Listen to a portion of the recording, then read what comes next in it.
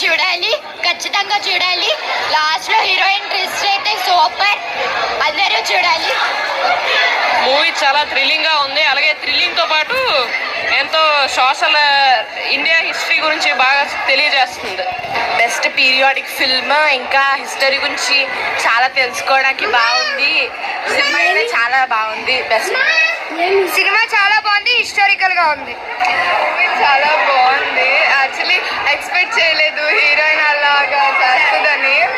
like అలా పిలుస్తున్నాము, ఇంకా ఏదో పవర్ఫుల్ డైలాగ్ ఏదో చెప్తుంది అనుకుంటే